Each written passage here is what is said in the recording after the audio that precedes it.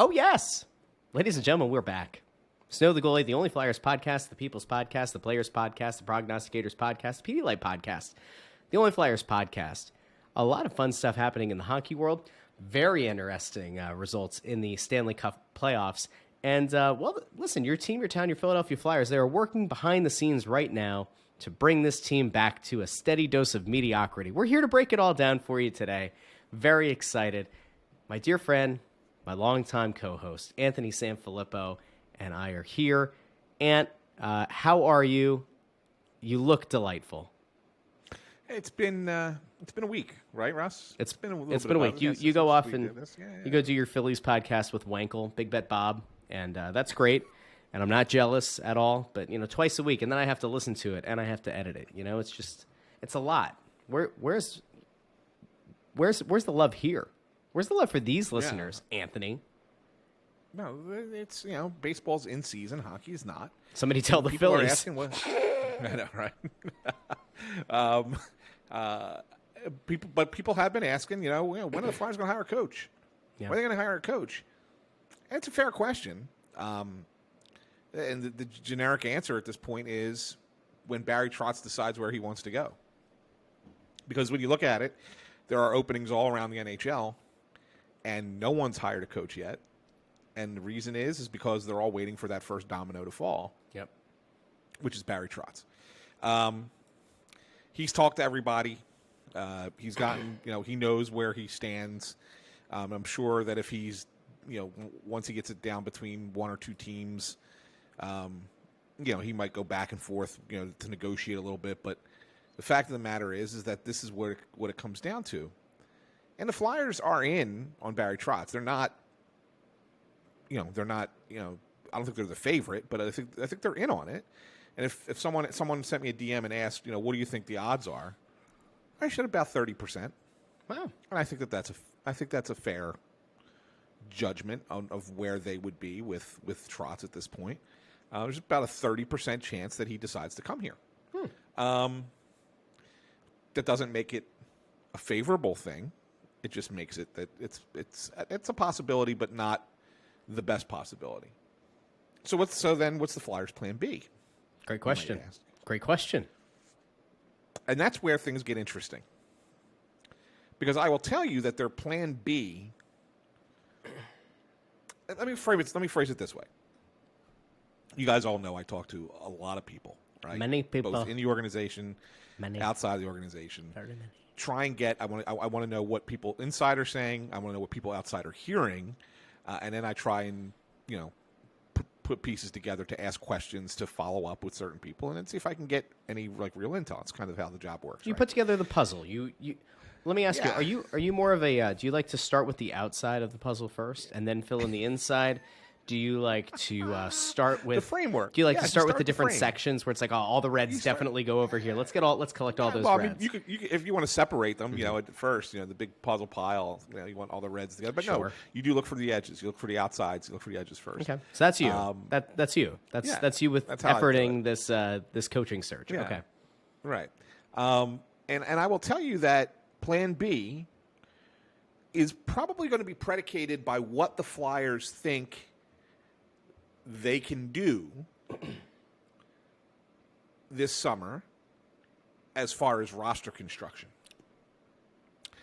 And what I mean by that is if they honestly believe that they can make a big splash free agent signing and maybe a hockey trade or two to help the roster, that they could be competitive enough to make Tortorella their guy.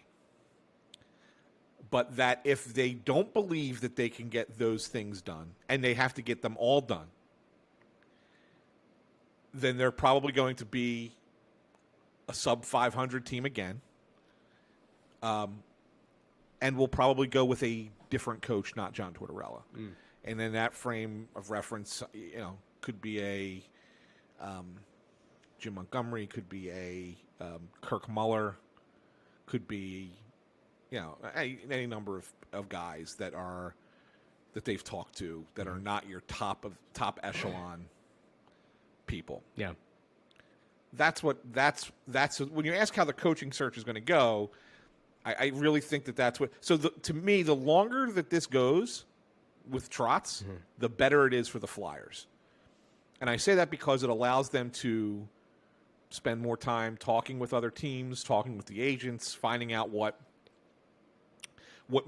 they can do once we get to the draft and free agency. And it also buys them time for what I think is an important piece of this is what's Ryan Ellis's health. Chuck did say we'll see where he's at July 1. That's now 29 days away, right? And so that will be another factor, I think, that kind of ties into this. If they get a sense going into the final, like as long as if it's Trotz, it's Trotz. If Trotz decides he wants to come here, it's his job. There's no question. Sure. He's going to be the head coach, right? Whether you're rebuilding, whether you're retooling, whether you're competing, no matter what you want to call it, if Barry Trotz wants to be the coach, he's got to. It's his job to take. Sure. But if not, and you have to make a decision, a lot of it's going to be determined by Ryan Ellis's health, because if he can't play, and this injury is worse than they've let on. I mean, he missed a full season, so I guess it's pretty bad. But I mean, the fact that they came out and said we're all on the same page, we'll be ready for training camp. I don't buy that a little bit. I don't think that they're on the same page. I don't think that there's a guarantee he'll be ready for training camp. There's a lot that's being left on the table there that's not being shared publicly. If he can't play, Russell, then I don't think that Tortorella is going to be the coach. But if he can, if they got confidence that he can come back, and then they can make one or two moves that they think that they need to make, then I think that John Tortorella is your next coach. So that's kind of it kind of becomes like a where are we assessment after Trotz says no, and then make a determination. So that's kind of where things are on the coaching front with this team. All right. So, and I know you're spinning in your chair because you know what's going to be coming in future part of this conversation. Yeah, well, it's tied into this. So let's have some fun here. Okay? But let's just leave it here for now. Let's talk about where we're at. Hold on. So we're recording at night, and I've got one of my kids' rooms is on the other side of this wall. So I don't want to start unleashing profanity because it's not that I'm concerned that they're going to hear me. It's I don't want to wake them from their slumber to waste my breath and energy on this shit show that is currently unfolding. It's fine. I mean, the Flyers fired their coach in December. It's only been almost 6 months since there's been a head coach of this team. What's a few more weeks? None of this is reassuring. None of this is particularly exciting. I'm not a big retread guy. I've been very clear about that since you and I first started doing this show 4 years ago. Wow, it's been 4 years. 4 years ago. I'm not a big retread guy. And you've tried that route with Alain Vigneault. And if it's Barry Trotz, I will make an exception. But for John Tortorella, I will not. Now, if Tortorella gets hired, I'm sure we'll do a lovely interview. He'll be a lot of fun. He'll be a lot of fun to cover. But to me, you need to go through such a roster overhaul to allow John Tortorella to coach a team into some sort of contention. I don't want John Tortorella to be the coach of this team with, a bunch of fringe guys that get this team to a bubble playoff spot. It's not what I want, because long term that doesn't do your organization any good. And I know that you and I differ about the way to build a team and the star-driven league. But if you look at the teams that are left in the postseason right now, to me, whether this becomes what the league is going to be for the next 5 years or not, or if this is just an anomaly, you need a number of players that are the best at their position or top 3 at their position. You need multiple of them in order to get to this level, to get to the conference finals. And the Flyers are so far away from it that if you've sat back and watched the last couple of rounds, or even just last round and the beginning of these conference finals, the sport that these 4 remaining teams are playing looks like an entirely different sport than what we watched the Flyers play this year and even last year. You're not close. And this is why I go crazy about why are we going to try to pacify the hockey ops side of things and say, yeah, guys, you have fun. You build the team that you do this aggressive retool. Go ahead. It's going to be great. It's not. Now, is there a path to being not total garbage? Probably. Is it the right path? Probably not, because I think you're going to have to make a few moves that are either stupid or are ridiculously short-term mentality only. And so that brings me back to the coach. Why are we not hearing interviews with up-and-coming, rising, younger coaches in this league? Why haven't we heard that? Jim Montgomery, fine, but he's been there before. Mueller, fine. But, are there no good assistant coaches in this league? He's been there before, too. Are there no younger assistant coaches at any level of professional hockey? I know that they like David Quinn, too. David Quinn coached the Rangers before Gerard Gallant. Mm-hmm. He only had a short stint there, and then that's it. But I think that they like him as well. I mean, he's a younger guy, younger coach. So I think that that's a possibility. But I mean, you know how hockey is, man. No matter stupid. Where you go, it's stupid. It's just it's no incestuous. Go, this is the Philly incestuous. It's the Philly sports talk radio version of a sport. It's just the same people again and again. And when they don't win, it's just like, he'll win with us. It doesn't always work like that. And so I think it's frustrating because I'm not saying you need to go out of the box. I'm not saying that you need to go back to the Dave Hacks. I'm not saying go to the NCAA ranks and try to find the coach there. But you mean to tell me there's nobody in the A? There's nobody in the ECHL. There's no rising star coach. There's nobody that the hockey community is talking about here's somebody to keep an eye on. It might be early for him to assume the mantle. Why aren't we hearing those names? Here's the path. Go ahead. So if you work your way, if you're going backwards from the NHL, right? You look at the AHL, sure, or NCAA. Yeah. They're kind of about the same. Junior hockey. Mm-hmm. When you get beyond that, if you're starting to look at, like you said, ECHL or USHL or somewhere in Europe, they just don't. The NHL people just don't think that the experience is good enough at those levels to bring them right into the NHL. That they have to work their way through. They have to work their way into the machine. They have to work their way through Washington D.C. politics in order for them to come out. I mean, that's how it's viewed. What was the line about Andy Dufresne? He had to trudge through 3 football fields of shit to come out on the other side. It was something like that. That's what it feels like. And I need somebody after they listen to the episode to Photoshop. If it's Barry Trotz or if it's John Tortorella or whoever it is, just Photoshop that guy trudging through the mud of his NHL career to this point to come out and welcome the cleansing waters of the Schuylkill River, because that's pretty much what we're talking about. So I don't want to be negative this episode. My goal tonight wasn't to be negative, but I'm just sitting here going, Ant, it's another week, and it really would have been great to hear that in the week since we talked, they've brought in at least 1 or 2 imaginative hires or outside the box hires, or when I say hires, I mean candidates. But it doesn't sound like they're doing it. It sounds like they're just kind of doing the same rinse repeat that every other team in the league is doing. I think it's really disappointing. And I think it just kind of speaks to delusion about what this team is and how the people who run the hockey side of things think they're going to just be able to magically turn it around. I just think it's hockey. I don't think it's anything unique to the Flyers. I think it's hockey. I think this is what every team does. Some young assistants come up and get their chances, and but they've gone through the process. Yeah, I mean, there's a reason that Dave Hackstall was the first coach in 20 some years when he was hired by the Flyers, who came directly from the NCAA into an NHL job without being an assistant or coaching in the AHL or anything along those lines. It's only happened. He was the first one in 2 decades to do that, right? I mean, so. There's a reason, and that's the sport. It's just the way that the sport operates. Do all the Phantoms coaches suck? Are none of them good at anything? Who's the Phantoms coach? Phantoms coach is Lappy.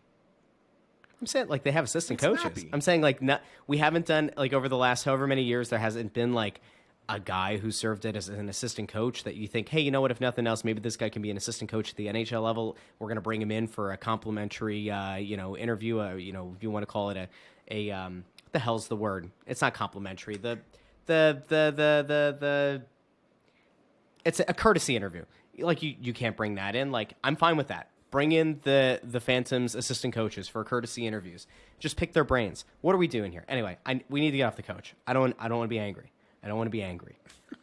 All right. So maybe we'll be here in a week or in a few days, and the Flyers will have a coach, and we can talk about it, and we can act like it's going to be the second coming of Christ, and it's going to be great. But likely, they're going to hire a retread. It probably won't be Barry Trotz, and the team will try to sell us on this idea of the aggressive retool. So let's continue. Well, not necessarily. Well, you said it depends on what the team does and what they're able to maneuver on that side of things. So okay, let's play this game.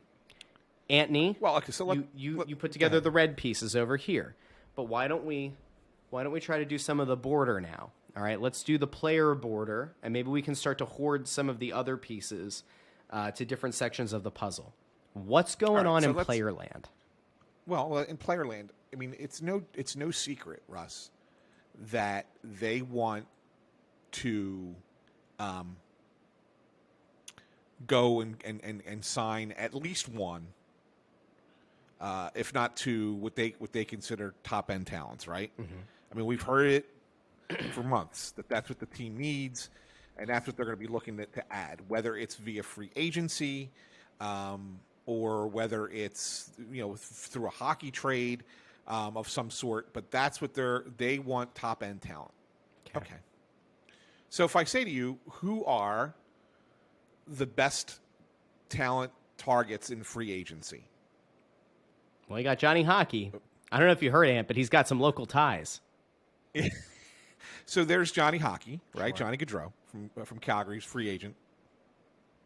Philip Forsberg, still a free agent, whether or not Nashville actually re-signs him. He's probably the number 2 guy. Yeah. On that list. A guy that we kind of speculated about, I want to say last offseason as being somebody who might have been available in a trade. Yeah. And then beyond that, you're really kind of going, maybe Burakovsky, Colorado. He's 27. Maybe he's that next level guy, the next level down. And we're talking. I'm looking at guys that are under 30. Okay, I'm not looking at the older group, because I mean you don't want to sign Evgeny Malkin and Chris Letang to really stick it to Ronnie Hextall.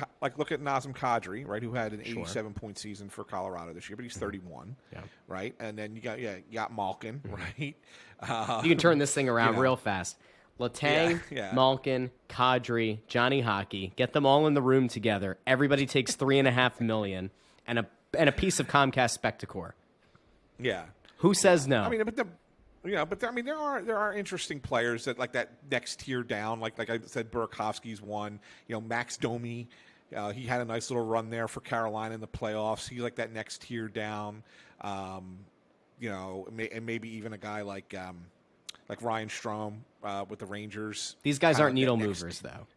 Right, but they're not. These are players who, like, if you're saying, all right, I'm going to get one of the stars, and then a second guy, maybe one of these guys. Sure, right. That's fine. Kind of like that's kind of like you're targeting, right? Yeah. I mean, you're not getting both Forsberg and Gaudreau. Yeah. Just because you're not going to be able to afford that, right?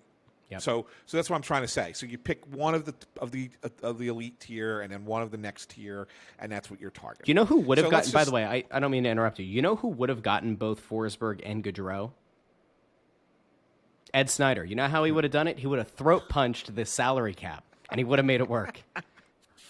I hate the salary cap. Else. Can we please? Well, the salary cap. I hate the salary cap. I hate it. Being a flat cap for yet another year is that's frustrating, because it cripples the sport in so many ways. They've had a year of full people attending games. They could have gone back to bumping it a little bit, and they're not. The fact that they're not is disappointing. Like this should be a year where it's not flat anymore. It should be up again, but it's not. All right, so we're looking at those names, okay? The salary cap has long COVID. That's what it is. Gaudreau is the guy that, in my mind, is the guy that they want first. Sure. Not just because he's local and would get everybody excited, and get butts back in seats. But I mean, he had a 115-point season this year, right? I mean, it's you scored 40 goals. I mean, this was an elite player in the NHL, and I think you're familiar with the guy, you're familiar with the family, you're familiar with a lot of people who know him. You maybe get a sense that he'd be willing to come here if the price was right. Mm-hmm. So what is that going to take? So you assume Gaudreau, who made 7.5 this year, is probably going to be in the neighborhood of 10, right? That's what teams are going to offer him, including Calgary. By the way, let's not pretend Calgary's just going to just let him walk away. Yeah. I mean, Calgary's going to be in on this and in hard. They're going to really push to keep him, and it's going to be in the neighborhood of $10 million is my guess. And you're going to probably have to give him. He's 28. You're probably going to have to give him 6 years. 6, maybe even 7. You maybe even have to go that extra year. He's almost 29 with Johnny. He's almost 29. So that's what I'm trying to say to you. Lock him in until he's 35 or 36. Yeah, that's what I'm saying. So you're probably looking at a guaranteed $60 million for this guy. Okay, now if you're the Flyers, how the hell are you signing Johnny Gaudreau? How are you finding $10 million, or in the case of the Flyers, maybe even a little bit more, because it's probably going to take more than just 10 to get him to come to Philadelphia. Because Calgary can probably get away with saying, "Hey, Johnny, you saw how close we were this year. We re-sign you at 10, and we can keep this roster together, and we can make another. We can keep pushing for the next several years." The Flyers have to convince him that, hey, you're the star player we're going to build around, and by the time that you're 31, 32, then we're ready to win a Stanley Cup. I mean, that's kind of what the Flyers have to convince him of. So the Flyers might even have to go further than $10 million. Okay, how the hell do you do that, Russ? Take a look at this Flyers roster and show me where you're coming up with the space to spend $10, $11 million on Johnny Gaudreau. And let me ask you something before we do this. Can we cover a different team? Let me just pitch it to you. Snow the Goalie. There's nothing about it that's specifically tied to the Flyers. I know that the tagline is the Only Flyers podcast. We could just as easily make this like the Only Rangers podcast. We even have Elite Sports New York that we could put the podcast onto. We could talk to our friends out at Mile High Sports about like doing Snow the Goalie, the Only Avalanche podcast. We could talk to our friends at Bleacher Nation and do the Only Blackhawks podcast. We have friends across the country that we work with. Why even bother? We could just, and listen, the people who listen to this show, a good amount of them are probably so bitter and jaded about the team anyway that they'd probably go with us too. We could become the Only Florida Panthers podcast. We could become the Only Ottawa Senators podcast. We could become the Claude Giroux podcast. We have so many options that don't involve going through this with this team again. You want to look at the roster to figure out where the money is. I say look at the roster and watch how you're about to make history repeat itself again. You don't need to do this. Johnny Gaudreau is a lovely player this year. Johnny Gaudreau the last 2 years was not a lovely player. Now, we can go back to last year and we can say, all right, he had 49 points in 56 games. That's okay. 19 goals, 30 assists. Seemed to be trending okay. You go the year before, 58 points in 70 games. You go the year before, all right, 99 points in a full season. That's good. But man, $11 million? He had 40 goals this year, which is great. Does anybody think he's going to put up anywhere near 40 goals with this Flyers team? Even if you make a few tweaks, even if you move a few parts, who's getting him the puck for 40 goals? I don't see it. And so if I'm saying, all right, the guy's almost 29, you're talking about $60 million you're going to commit to, whether it's 6 years or it's a 7-year deal, that goes to 70. This doesn't make any sense. Because if you're Johnny Gaudreau, you just lost a heartbreaking series. The Flames looked good. Edmonton did a thing that nobody seemed to think they were going to be able to do. But there's still a path to you finding success with that team. Because you are not the only good player on that team. Mm-hmm. You come here one, you automatically are the best player on the team, at least in terms of perception. You might want to make the case Sean Couturier is healthy. Is he the best player? Maybe. But based on points, you're going to be coming in off of a career year. You're best offensive player. There's no doubt he's the best offensive player. You're a regardless. 115-point player. So for the casual fan who checks in on this team and he says, all right, that's pretty impressive. 100-plus points is impressive, and it is. It absolutely is. I'm not trying to downplay that. All right, so you're going to come into Philly. You're going to be the best offensive player, arguably the best player on the team, arguably the most important in terms of production. By a pretty long shot, you're the best player. You will be entering your age 29 season. There are deficiencies across the board in a lot of different positions here. There are a ton of question marks. We don't know who the head coach is going to be. One of them who's rumored to be in contention, John Tortorella, not exactly known for an offensive system that's going to, replicate or help you replicate the 100-plus point production. Okay, we've got that. Barry Trotz, same thing. Although, okay, go ahead. His 115 points came with Darryl Sutter, okay, who is a defensive-minded coach. Fair. So let's keep that. Listen, good perspective. That's why you're here. You keep me honest, okay? I love you for it. Fantastic. And you have the added element that now you have to perform for the hometown team, which is a whole other level. There's a reason that coward who plays for the LA Angels didn't come home. It's because he's a coward. But he's also smart because he knew that the pressure of having to perform for this team, for this town, and to be at that next level, that's soul-crushing. And not everybody's up for it. I don't think it makes any sense for Johnny Gaudreau to come here. And by the way, if you're going to try to make the hometown pitch, that's supposed to be to try to bring the money down. I don't think we will continue this thought process. But, if you're Gaudreau, makes no sense. If you're the Flyers, it should make no sense. But, yes, let's do the mental exercise. How do you get $11 million? Well, there's a big albatross. I can think of one. He's got 3 letters. It's not Rob Van Dam. It's not RVD. No, it's James Van Riemsdyk. Okay, it cost you picks to get rid of Shane Gostisbehere's $4.5 million a year ago. James Van Riemsdyk's an expiring contract. Mm-hmm. Seattle didn't want to play ball on any players last year. They didn't want to eat any salary, so they could still suck. All right, let's go back. Let's just imagine that Seattle wants to get kind of weird. Let's imagine an Arizona wants to get weird. What's it going to cost to get rid of James Van Riemsdyk? And what are we comfortable giving up? Let's go there. A third? A second? A second and a conditional third? So there's a lot of teams with more than projected cap space of more than $20 million. Okay. At the moment. How many of them are bad teams? I'm not looking at the list. Seattle and Arizona are 2 of them. Well, Chicago. Okay. Seattle. Okay. Well, I said that. Ottawa. Ottawa. Count Ottawa. New Jersey. Columbus. Okay. Arizona. Anaheim. Buffalo. So we're at 7, 8 or so teams. Okay. Yeah. So what you're going to want to do is you're going to want to find one of these teams with all this cap space, right?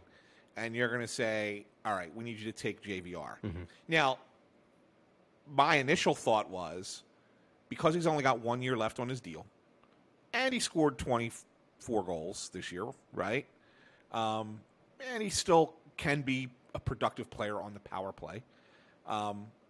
That some team would certainly be willing to take him if the Flyers were willing to eat, say, $2 million of the contract. Fine. So there's 5. I think that's so there's 5. That's probably a fair perspective, right? $5 million cleared.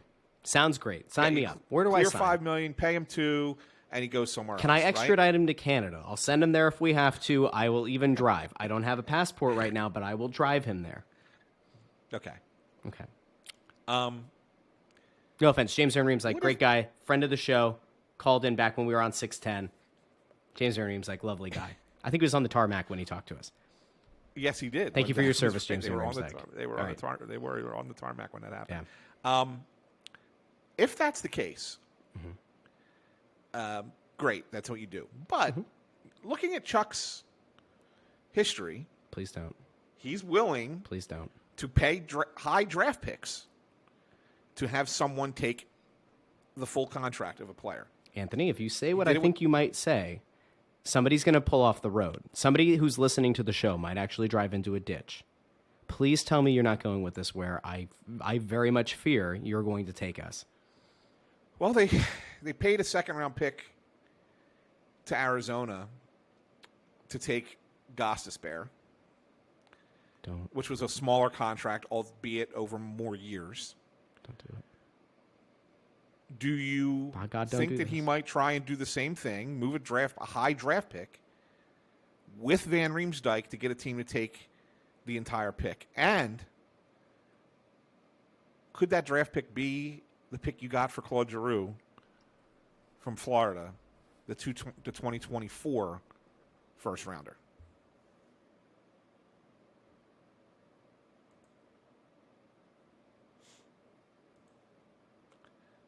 Where did you go? Did you just run away? Oh, there you are. I thought you said you didn't want to get angry tonight, Russ. This is why you watch the show on the Crossing Broad YouTube channel. Just for full perspective. Okay?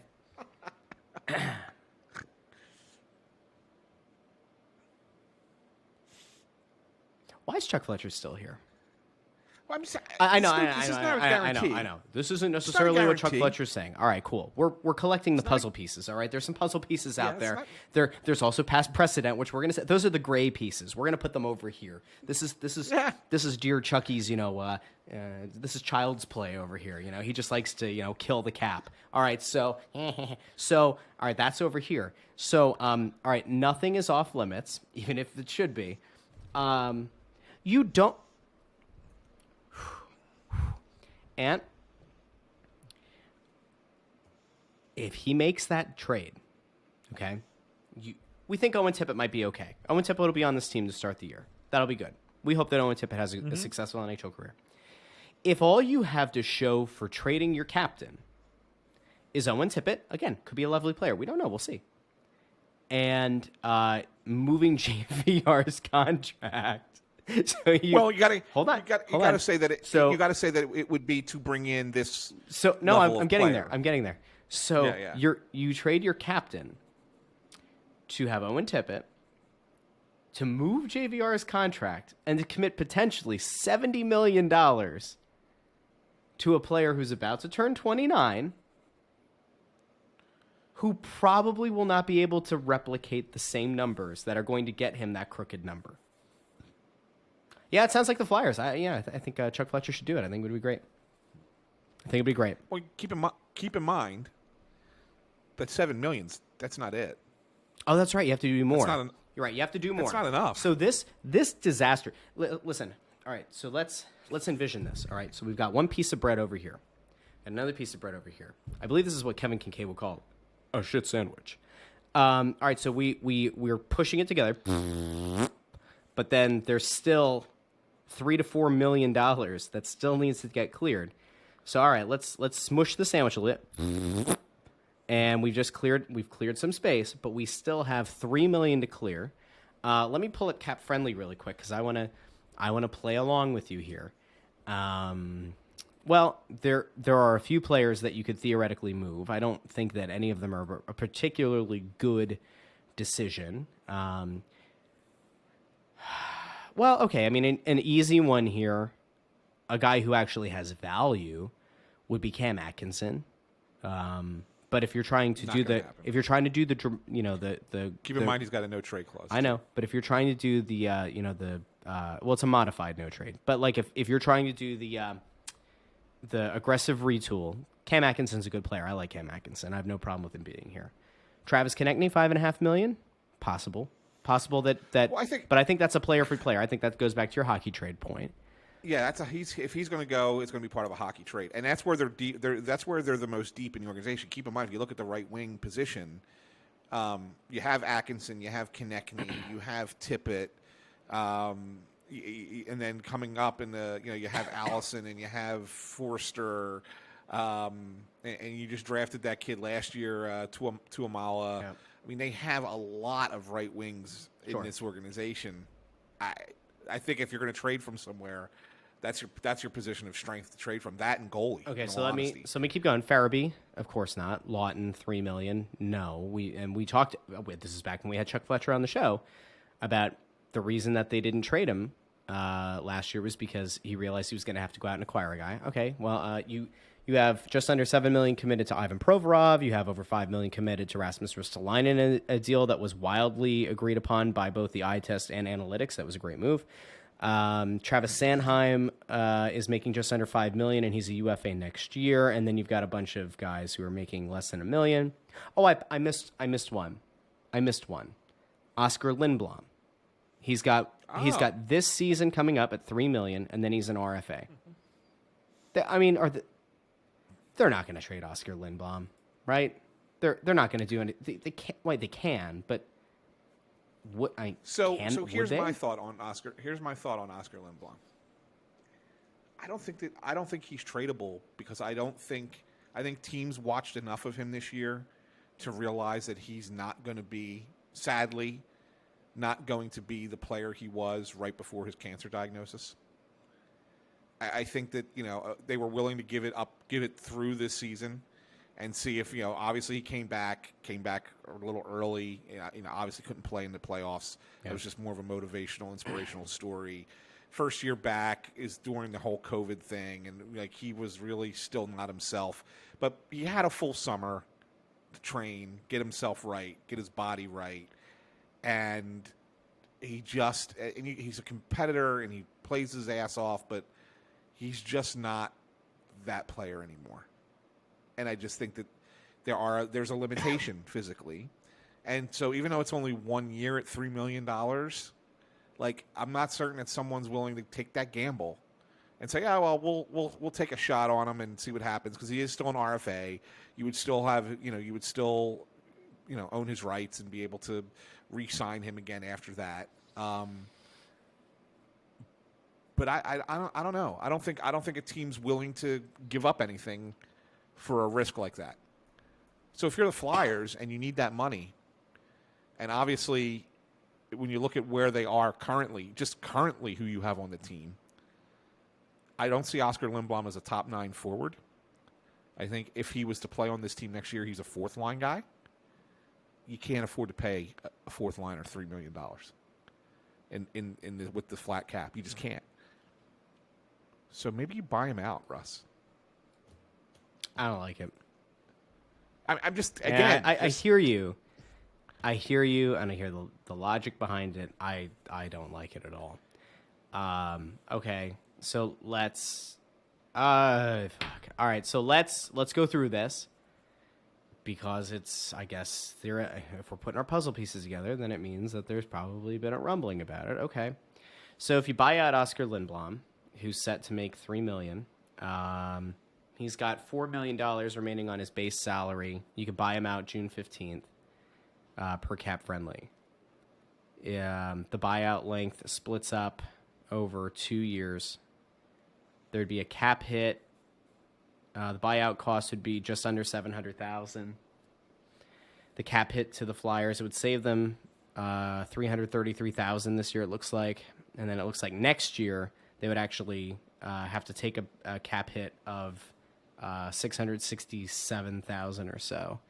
So it frees up about $2 million. It looks like $3 million this year. It gets that number off the books, but then next year you're paying just over $500,000 for him not to play. Man, I don't know. I'm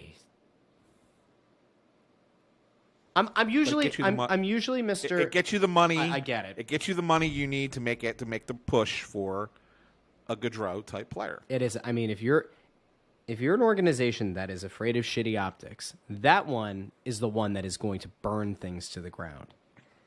No, I'm serious. And I don't even mean that from the business side. We've gone after the business side enough, when it's warranted or whatever. But look, all right, so let me put on my Dave Scott hat, okay? I don't have a Dave Scott hat. Dave Scott, you're listening. Send me a hat, please. And also come on the podcast. We'll ask you nice questions. So let me put on my Dave Scott hat. I don't want the optics. I will gladly find another way. Not me. I will trust that the hockey guy, Chuck Fletcher, that I've hired, can find another way to rid this team of $3 million.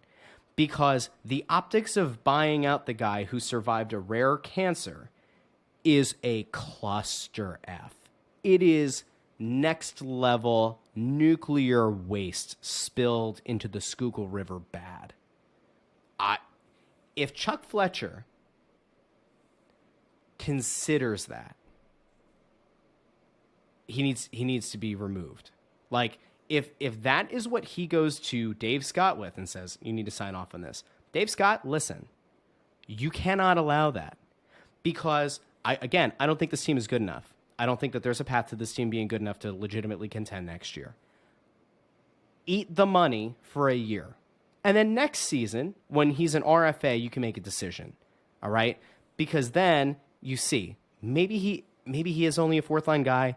Maybe he's like the rotational forward that is in and out of the lineup, but at least let the guy go out the right way.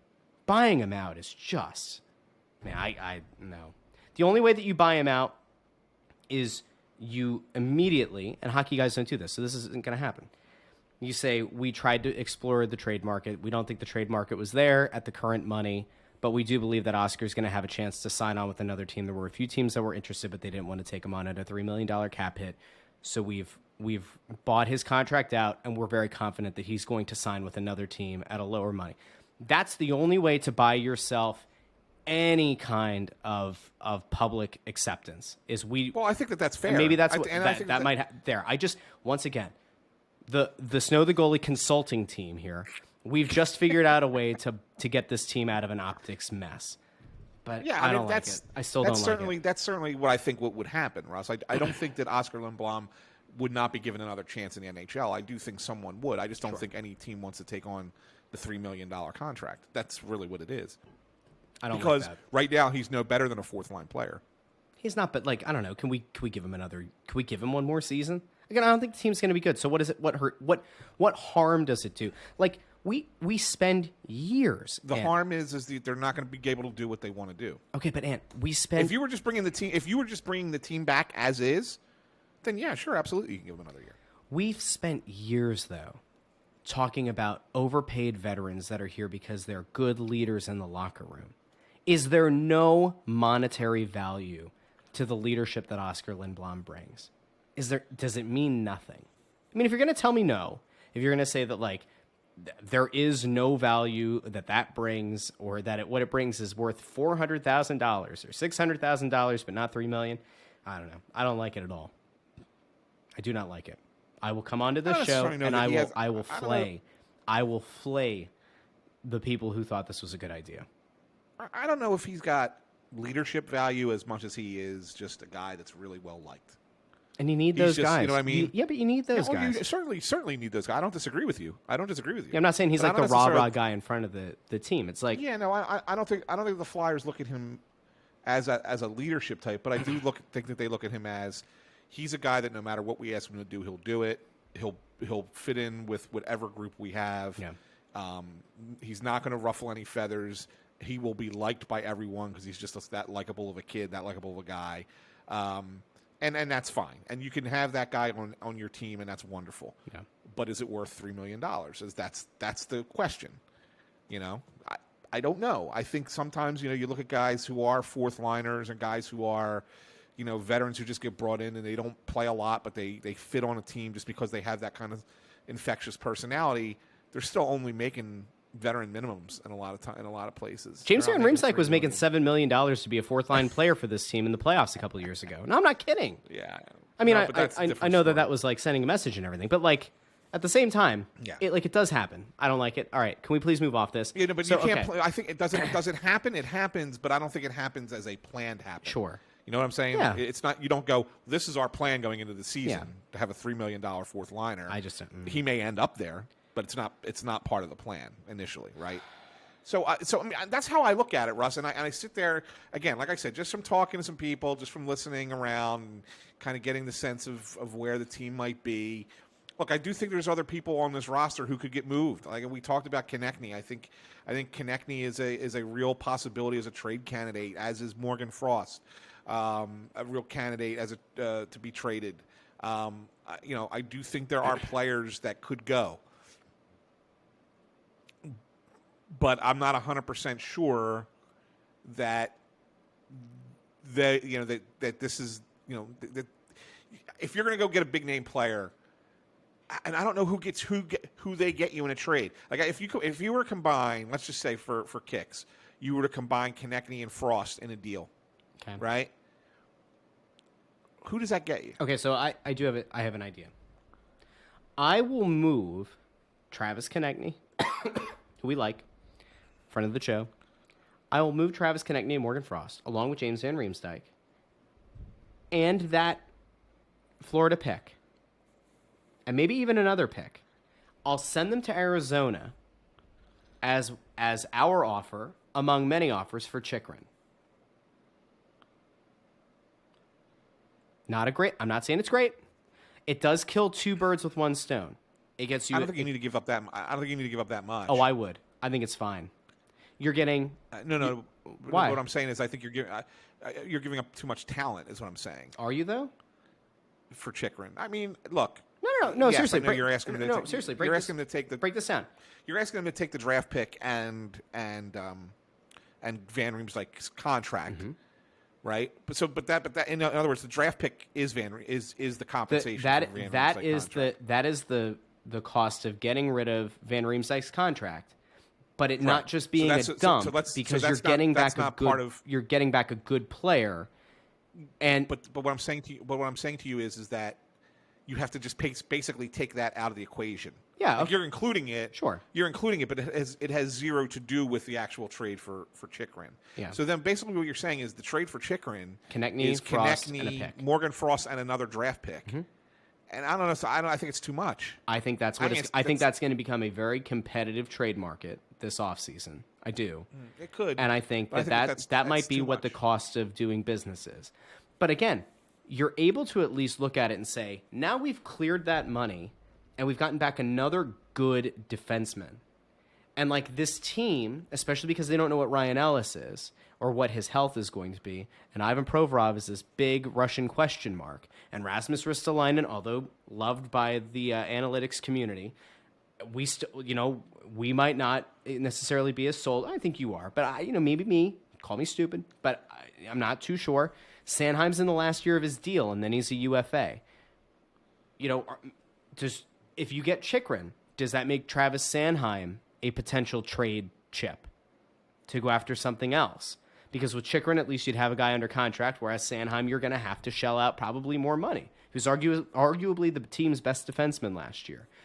If things kind of go the same way, he's going to get a sizable increase over, what is he making, 4.5, 4.6 this year? Sanheim? Yeah. 4.6. Yeah. So like that. This is me now kind of playing fantasy GM. But like if you think about it, it could help this team to get a young defenseman under contract, because I think the Sanheim thing is going to become a mess. Either you're going to have to re-sign him to a pretty significant number, or he's going to end up becoming a potential trade chip. I'm just saying. I'm not saying I like any of this, by the way. It's just like this is what happens when you run a team into salary cap hell.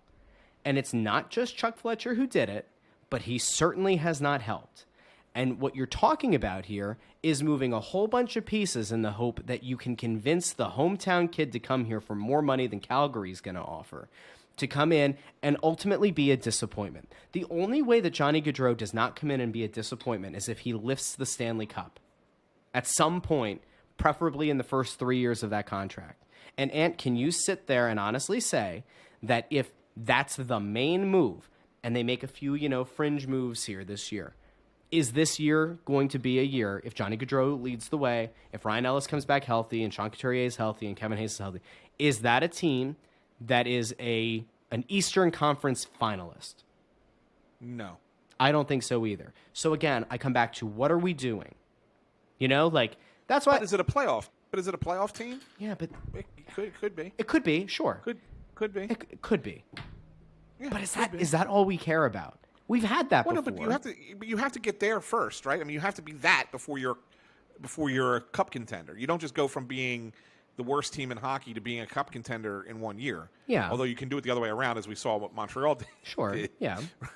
Right. You go the other way, but you don't just go from being one of the shittiest teams on record to being a Stanley Cup contender one season to the next. Sure. Doesn't really happen. But I guess okay, the closest. the closest anybody ever came was the Flyers when Homer Yes. was the GM in 07, 08, and they had the worst record in hockey and went to the conference finals. But I don't think anyone believed that they had a shot to beat Pittsburgh, and that was even if they had a healthy Coburn and Tiemann and when they got hurt in the play, I was like, all right, well, forget it. Yeah. Like there's no prayer now, right? I mean, this is just not going to happen. But here's the problem. Like look at next year, right? Like look at next year's cap. Even if you move some of these guys that we're talking about, this isn't providing you long-term cap relief. It's not. And so, all right, like if Gaudreau's the first, I don't think they're not looking for long-term cap relief. well, you're going to need cap space again next year if you're going to try to add another star player to this mix to then take that next step to become a cup contender, is what I'm saying. And again, like this is part of the problem with them making moves where they go out and they say, we have this need for better or worse. We're going to go out and we're going to get ourselves locked into a long-term deal. The whole thing You're right, and you're right. But here's the thing here's the one thing that we haven't really kind of dove into is that they really like their prospects. Whereas they weren't in love with the ones that they were left with when they got here, but they like a lot of the ones that they drafted. Wow. That are coming. But think about that, Ed. Like, of course they do. You mean to tell me that they I mean, what I mean by this, I know what what I you're mean saying. by that, Russ, is that they believe that some of the guys that they have coming are going to be not just NHL players. They're going to be NHL players that could be all-stars. Okay. I mean, they believe in Forster. They really do. I mean, they think that this kid's going to be an elite goal scorer. And maybe he will be. He anything is possible. You know, anything's possible. So you got to weigh that, right? I mean, when you're thinking about the future, not just next season, and you're thinking about down the road, you kind of have to take that into consideration, right? I mean, you got to say, well, where are we going to be with this guy? And then they have the 5th overall pick this year. What does that pick become? Sure. It could be a defenseman, it could be Savoy, who's kind of slipped down the radar a little bit. I think that there's a possibility that they're going to get either Savoy or one of the two defensemen. Really kind of depends on what happens in front of them. New Jersey has kind of made it known that they're willing to trade their pick at 2. So there's a lot of craziness that could go on at that draft. So the Flyers, I think, are preparing themselves for either the run to be forward, and then they get the pick of the defenseman, or somebody trades up to get one of the defensemen, and then they have to decide between the other one and the next forward. Right? Or maybe the Flyers trade out of 5, and they move down to like 8, and they pick up another pick for 2 years from now, and that'll be fun. It could happen. I would almost rather. I could see that. I could see them moving down. In all honesty, I can see them moving down from 5. I think this was going to happen. No, but I can see them moving down from 5, a couple of spots, like you just said, maybe to 8 or 9. Yep. And get the second round pick next year back that they don't have right now. And now all of a sudden you're loading up on 23 picks, where you would then have a 1, a 2, and 3 threes, right? Yeah. And now all of a sudden you have some capital to work with in a very deep draft that a lot of people love. So I think that's a possibility. I certainly think that's a possibility, and it might be the right way to go.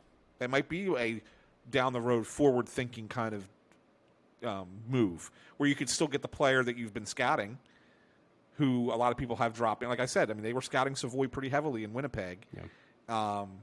And a lot of people originally had him as a top 5 pick, kind of fell down now that a lot of people think he's going to be somewhere in that 8 to 12 range.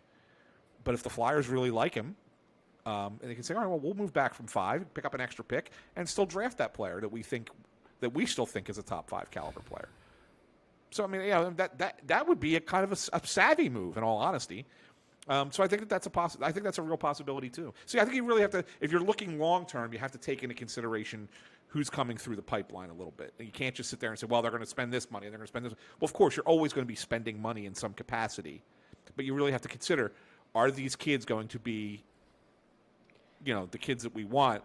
And one thing I will say, they really want to keep Mike Yeo in the organization, and it might be better suited for him, Russ. I know you're laughing at this, right? But it might be better suited to have him be a player development guy than to be an assistant coach at the NHL level. And I say that because the one thing that he did really well as a head coach was help the young guys develop. The young guys played well under him. Yeah.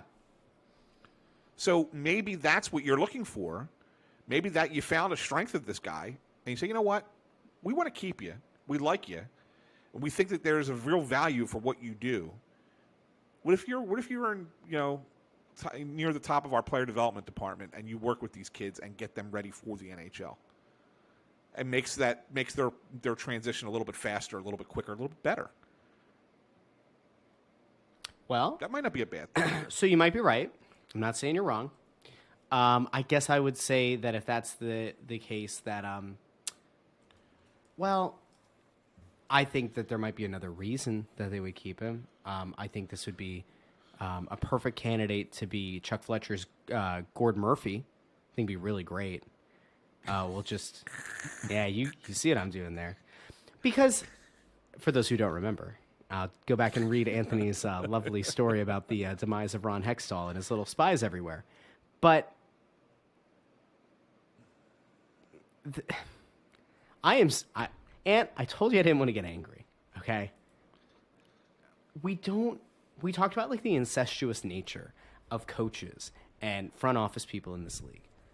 It didn't work here, all right? It didn't work in the last stop. Didn't work in the stop before that. Could he be a good player development guy? Maybe, I guess. I don't know. What are we doing? What? Okay, let me get back to the player, the plan, right? So let's say that you want to continue to punt to pick up more picks for 23, which I'm all about. That's fine. Why would you make all these other moves and potentially deal the Florida pick to clear James Van Riemsdyk's money, right? Why would you take away a good future asset to make a short-term move to try to bring in Johnny Gaudreau when we're talking about like Forster and a few of these other guys that they think are going to be, NHL players or contributors? That's not next year. That's 2 or 3 years down the line when Johnny Gaudreau is 31, 32, 33. Okay?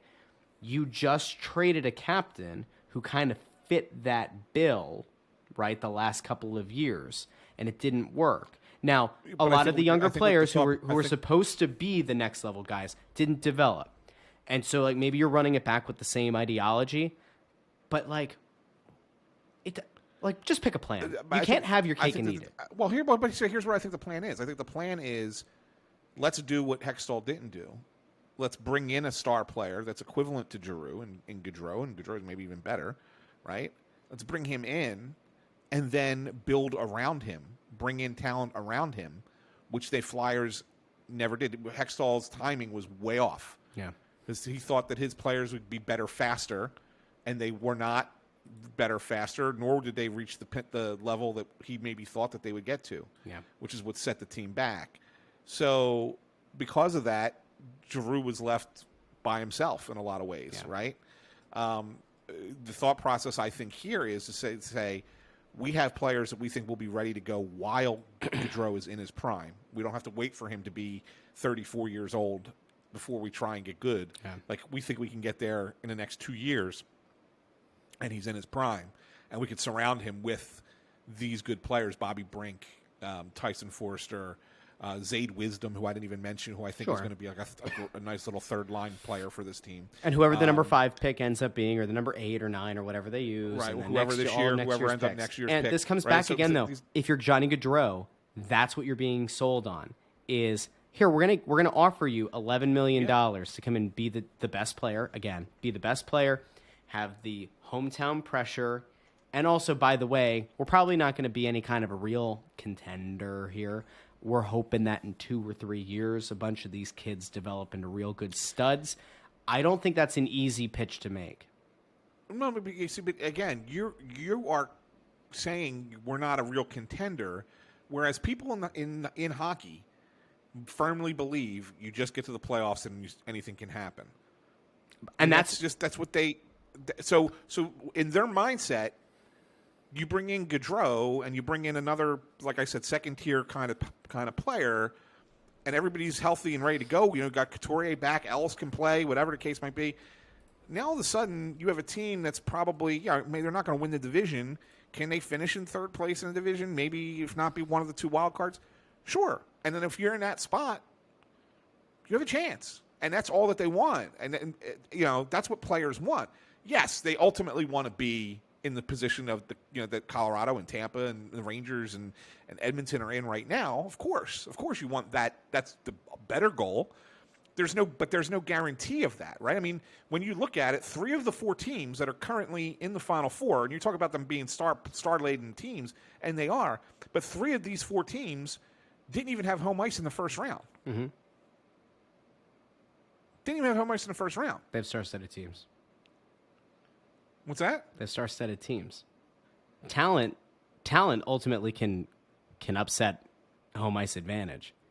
No, but there's only a certain. What I'm saying to you is that they finished in spots where we're saying the Flyers could technically finish. Yeah. If they have these four players next year, 3-4 players next year for a full season. Yeah, but I don't think. I'm not of the belief that this 3 or 4 players that you're going to have are at the same level as. Oh, of course they're not. Of course they're not. There's no question that they're not.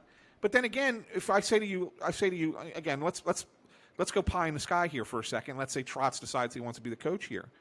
Well, when he took the Islanders to the conference finals, did anybody look at that team and say, "Oh, they're loaded with talent to go to a conference final"? No. And yet they did it 2 years in a row. Yeah. Okay? But that's why I'm saying, I need to see beyond this year if this year is just the anomaly, where the star-laden teams have managed to get their way to the conference finals. Like, is this what it's going to look? We'll know next year. Like, obviously next year we'll have a bigger sample size than just this postseason.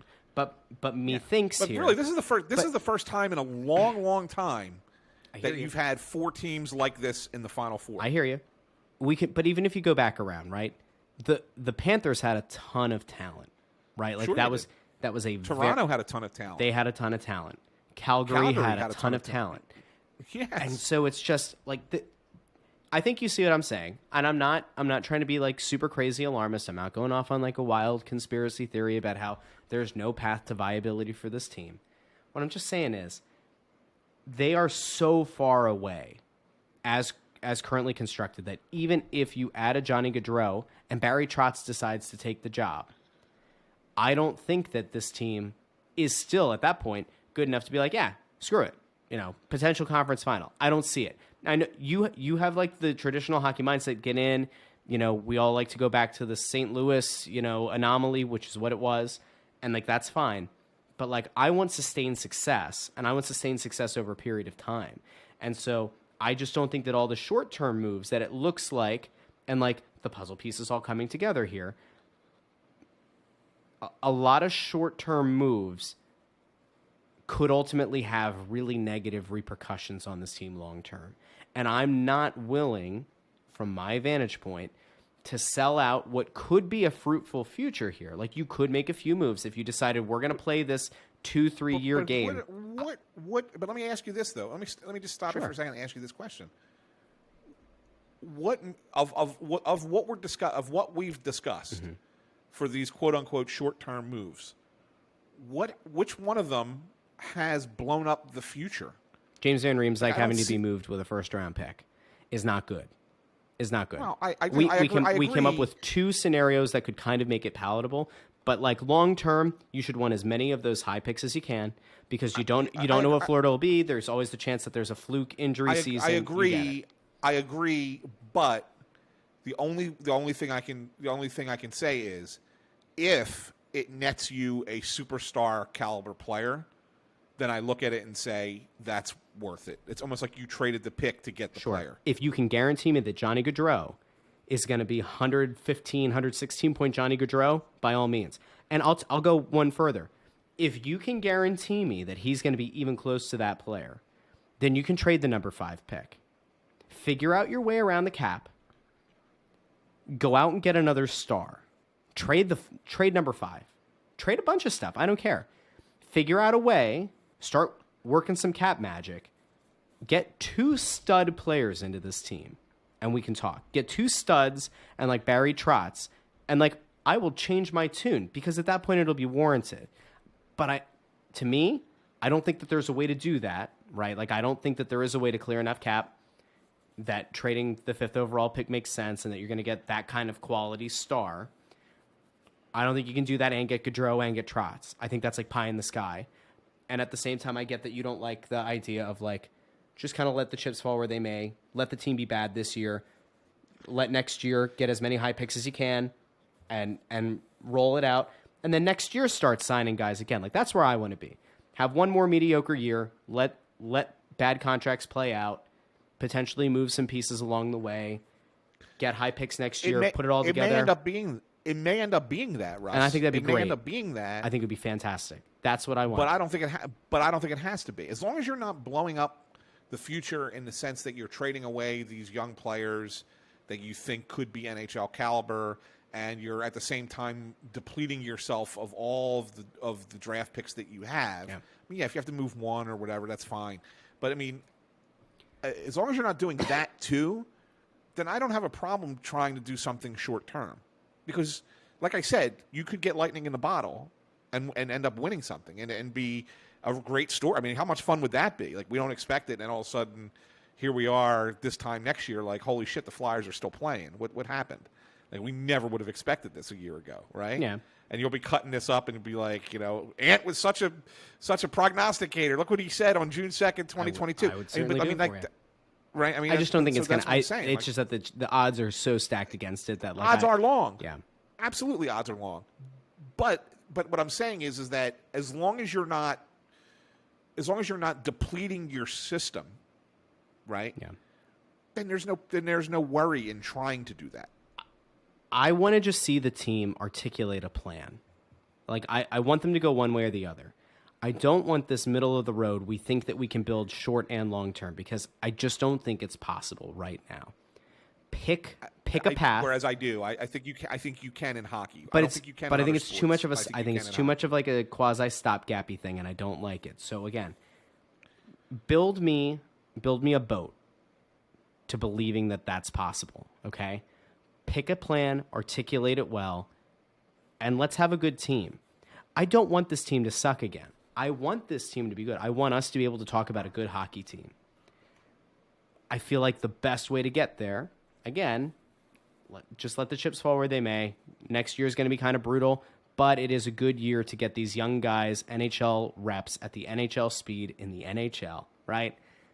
And then go into the 2023-24 season, or that off season. Go in there ready to spend money, ready to move some things as needed. Use your high draft picks. Have a legitimate shot. Who knows? Listen, Ant, if they go out and get Johnny Gaudreau, I'm going to sit here and say it's the greatest thing ever and the Flyers are going to win the Stanley Cup. All right, let's not kid anybody. That's what's going to happen. But in the meantime, let's be real here. Before we head out, because my computer is going to die, we did get a new 5-star review, which is great because we haven't been shilling for 5-star reviews in a while. And everybody knows that it makes Anthony very warm and fuzzy when he sees a nice positive review come across Apple Podcasts. Don't forget, if you're on Spotify, you go over to where the show is, go to the show page, and you can leave a 5-star rating underneath. You can't leave kind words for us, but at least you can leave that rating, and that's nice. You can also do that on Apple Podcasts, but of course we like the reviews. Remember, we only read 5-star reviews. So if you want to, I don't know, like make a case that the show would be so much better if Anthony just got to riff on his own for an hour, make a 5-star review. You can crap all over me. I'll read the damn thing. It has to be a 5-star review. 1-star review, 3-star, 4-star means nothing. Sorry. So 5-star review from T Heat Dog. Oh yes, the Best Flyers podcast. I appreciate Russ and his humor, Anthony and his genius hockey insights, and Bundy for his bluntness and speaking truth into our unrealistic hopes about the hockey team, the Flyers.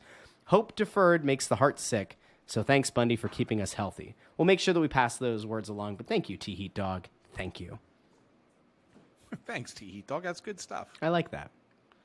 I think it's time. Listen, that's a nice little positive note to end on. Make sure you follow us on Twitter, @AntSanPhilly, @JoyOnBroad. You can find the show on Twitter and Instagram @SnowTheGoalie, Facebook.com/SnowTheGoalie. You can find the podcast wherever you get your podcasts, Apple Podcasts, Spotify, Amazon Music, Stitcher, iHeartRadio. We're everywhere. Don't forget, you have any kind of a device that uses SIRI or ALEXA, so I'm doing there, or GOOGLE. I don't want anybody having their smart speakers or their phones or anything freaking out. But remember, you can, hands-free, you can ask to play the latest episode of Snow the Goalie Flyers podcast. Bingo, bango, bongo, you're good. You can also go over to youtube.com/crossingbroad where you can watch the full episode. So thanks for listening. Make sure you subscribe. Hit the subscribe button. If you're watching on YouTube, make sure you hit the subscribe button down below.